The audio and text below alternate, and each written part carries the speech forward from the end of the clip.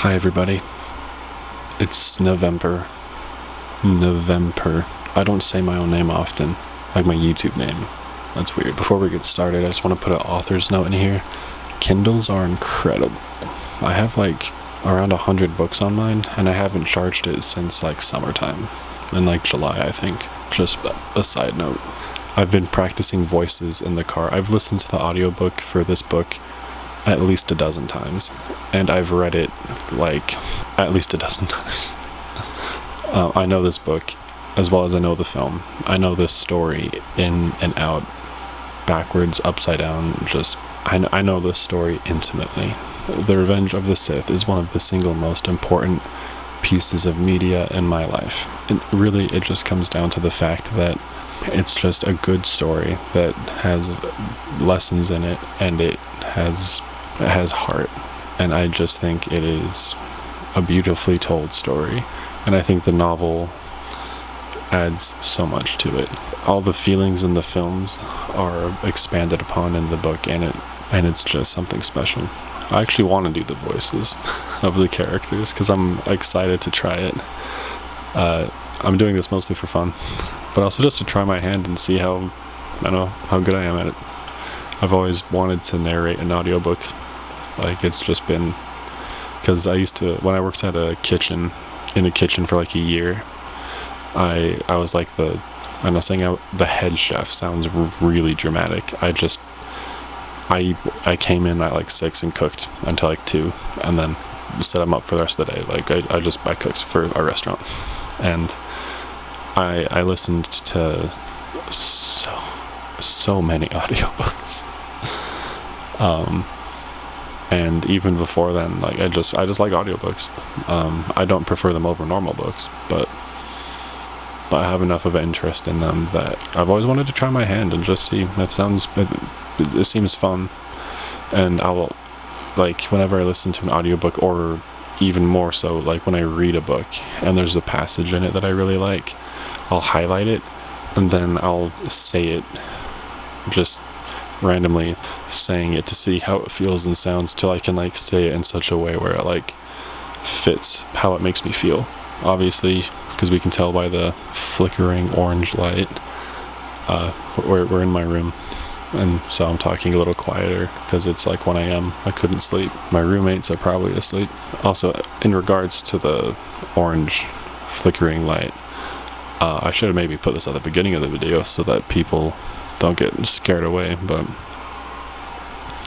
I'm probably just gonna play Jedi Academy or something for footage, because like, I don't know, I guess we can see, but I feel like watching someone read a book may not be very interesting, so I just want to play through as many. I have like every Star Wars game, so like, I don't know, I just figured I'd play that for like something to look at if people are like sitting and watching, and I just feel like that'd be more entertaining than me sitting here. The deluxe edition is actually just so fire. It actually is fire. The cover, when you take the sleeve off, it's Mustafar. That's kind of funny. I also just realized I'm using oatmeal as a bookmark, but it has an actual tassel. That's funny. I just noticed that. Alright, I guess without any further ado, let's read it. And if you'll permit me one last apology, there's a background sound. It sounds like a fan. It's an air purifier, because behind me you can see my printer. That bad boy had been running for 22 hours. And because I printed off, again for Shatterpoint, so you know, like, you know Camino from episode 2. On the off chance no one knows, and in Star Wars episode 2, Attack of the Clones, Obi-Wan goes to that water planet where it's raining, and that's where he finds the clone army. I'm printing out the platforms for that, so I can, like, in scale for Star Wars Shatterpoint, so I can surprise my friend after I paint them. And I'm so excited. I printed 1/4 of one of the platforms, and it took 22 hours because I'm using a 0.2. None of this matters. Let's just get into it. Okay, so Revenge of the Sith. Author's note. To my best recollection, I met the man in January 2004. It was my 3rd time out at Skywalker Ranch. The other 2 visits were for story conferences for the New Jedi Order and Clone Wars publishing projects, respectively. Each of these meetings happened in different rooms in different buildings, and I struggle with keeping them straight. I have an idea that this one was in an executive conference room on the second floor of the main house, because I remember being escorted through a big hall on the way, past a table that held a genuinely vast, highly detailed scale model of a Victory-class Star Destroyer that someone had given to him as a gift. It was maybe 8 or 10 feet long, and it had been built entirely of some preposterous number, 35,000 more, of flat gray Lego bricks. It was among the niftiest pieces of painstaking craftsmanship I have ever seen. I wish now that I'd taken more time to really look it over, because it was genuinely amazing, but right then I had no attention to spare. This meeting they were walking me into would be the biggest thing that had ever happened to me in my professional career. Okay, I'll have to figure out a system for turning the pages while also holding the mic. I had spent days preparing, and there was no space in my brain for anything else. Because I had this tricky idea. It had come to me during the panic attack I'd suffered after signing the contract to write this novelization, which had ignited because I'd foolishly committed to write the keystone and the arc of the Skywalker saga for the biggest audience of my career. And the entire Star Wars loving universe would be hoping for a thrilling space opera, despite the plain fact that every main plot point had been spoiled for decades. And the challenge of writing a novelization without ever seeing the final movie, because the movie wasn't done and wouldn't be out before the book went to the printer. I would be armed with only the script and the collective Lucasfilm knowledge of Star Wars. What saved me then was my early training. More than 20 years before I signed that contract, I'd had the good fortune to study theater history under a professor who was an authority on ancient Greek drama. Every single one of the great Greek tragedians had faced exactly my trouble. Their audience knew the story going in, and they had some tricks they would pull to make their plays dramatic anyway. I figured I could steal a couple of these for this book. The more I thought about Greek tragedy, the better it seemed to fit. The classical tragedies were drawn from Greek mythology and legend, right? Also, if I needed any further excuse, ancient Greek tragedies were traditionally performed as single acts without intermissions, like modern movies, and they were usually presented in actual, no kidding, wait for it, trilogies. I mean, come on, how could I resist? I hoped to present the story explicitly as a tragic myth, with language and style more formalized and darker in tone than people generally expected from Star Wars fiction. After all, I intended to argue that this story is special. It's different from any other Star Wars story, not only because it's the final film, or so we thought at the time, but because this story is the true foundation that underlies all the rest, and it should feel different from the very first page.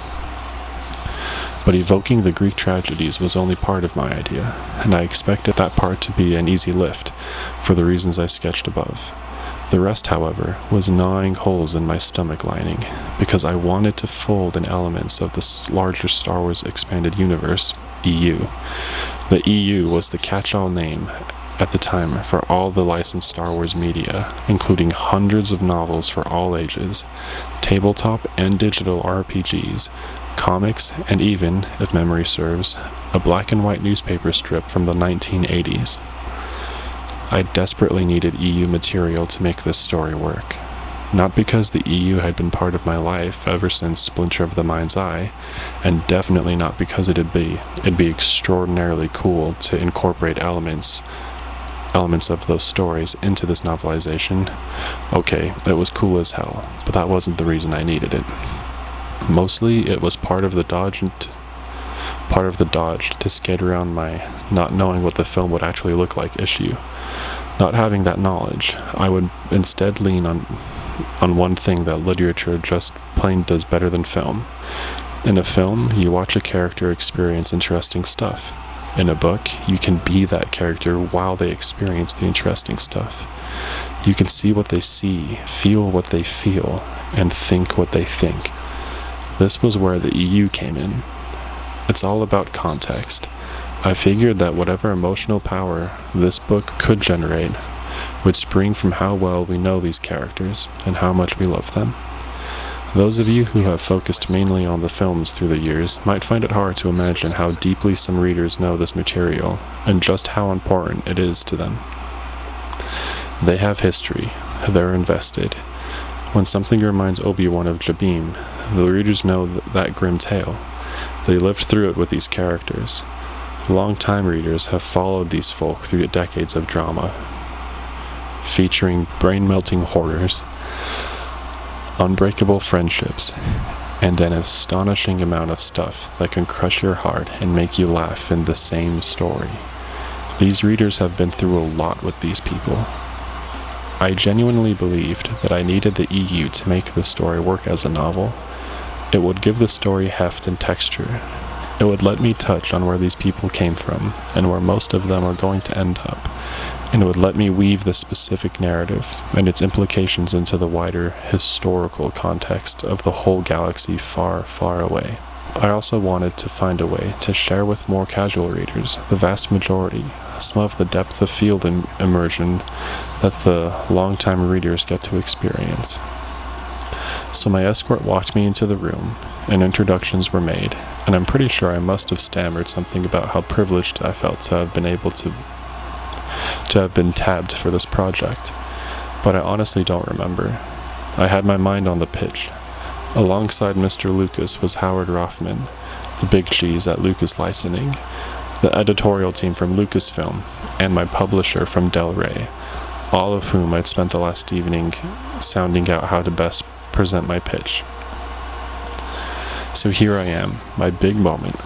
We settle into a beautiful cream leather lounge set in a breakout area at one end of the conference room.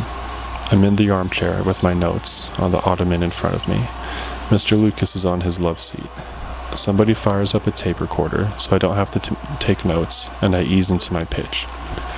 My plan had been to lead with some topics I prepared to know whether he agreed with my approach to them. Jedi philosophy, the nature of the Force, the implications of the Chosen One prophecy, stuff like that. The meeting's scheduled for 2 or 3 hours, and halfway through, I've covered only 5 or 6 out of about 30 of these topics. There is a lot of never-published Jedi lore in that man's head. I can't wait any longer to start the scary part of my argument. I screw my courage to the sticking place, but even so, I'm too nervous to just roll it out without first dipping a toe into the water. So, going forward, when I'm into, the actual writing, I begin, desperately faking a mild "oh, by the way" tone. How close do you want me to stick to the script? Are you looking for a scene-for-scene rendering? Like, for example, do you want me to use your dialogue, or...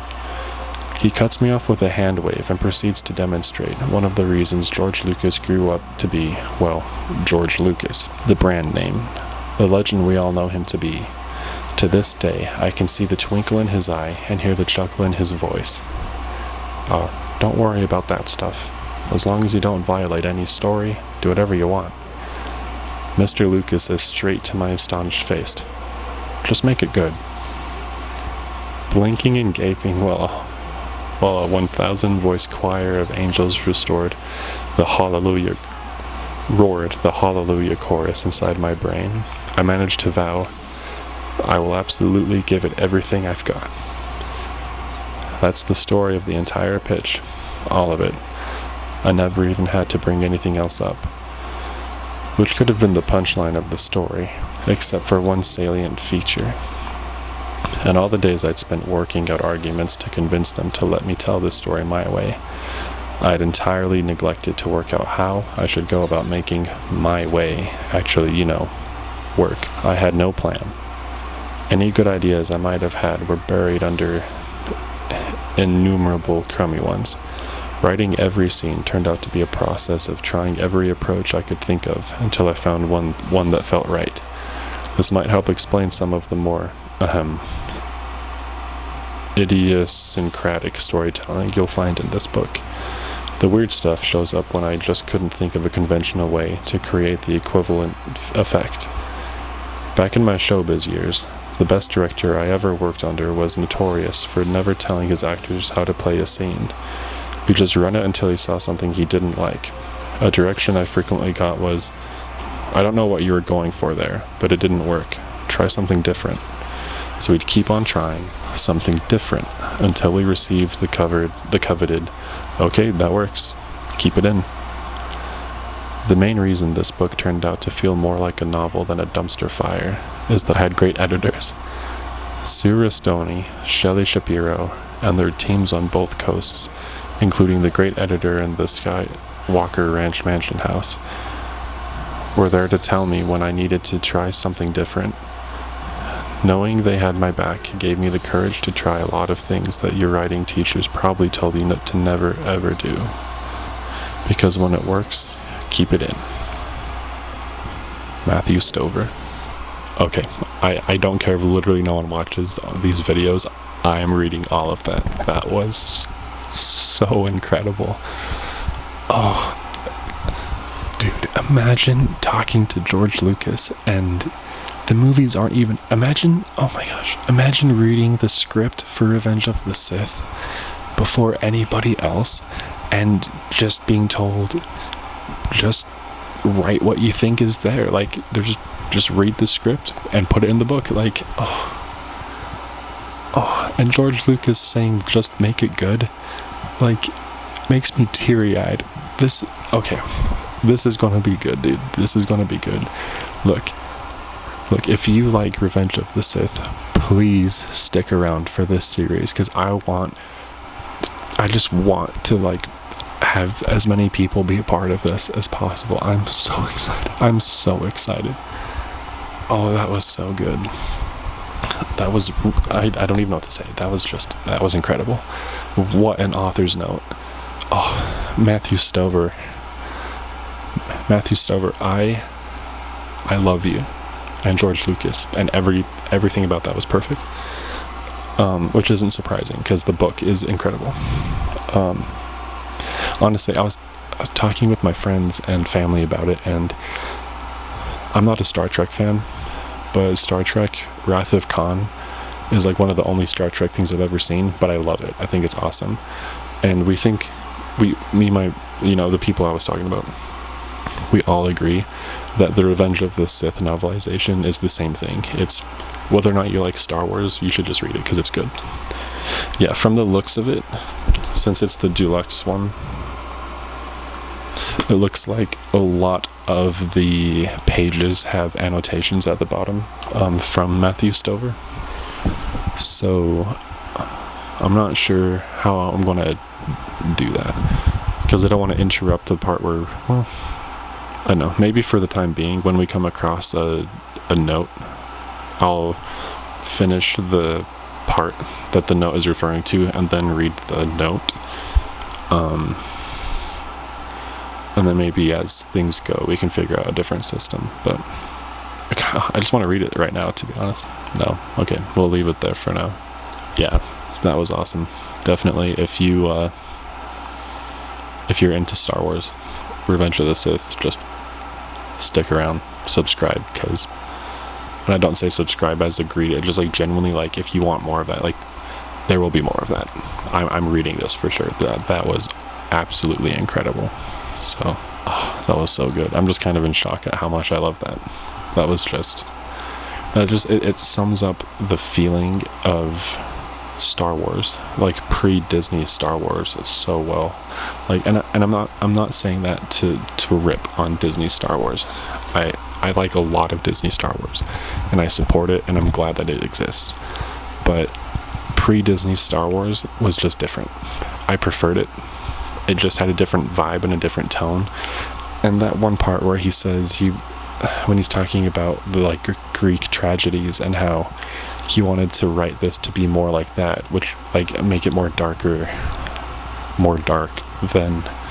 other Star Wars. Like, it was just no notes, like, perfect. It was perfect. Oh, it was perfect. Okay. Yeah. Okay. Alright, I could gush about this for a long time, so I'm just gonna stop.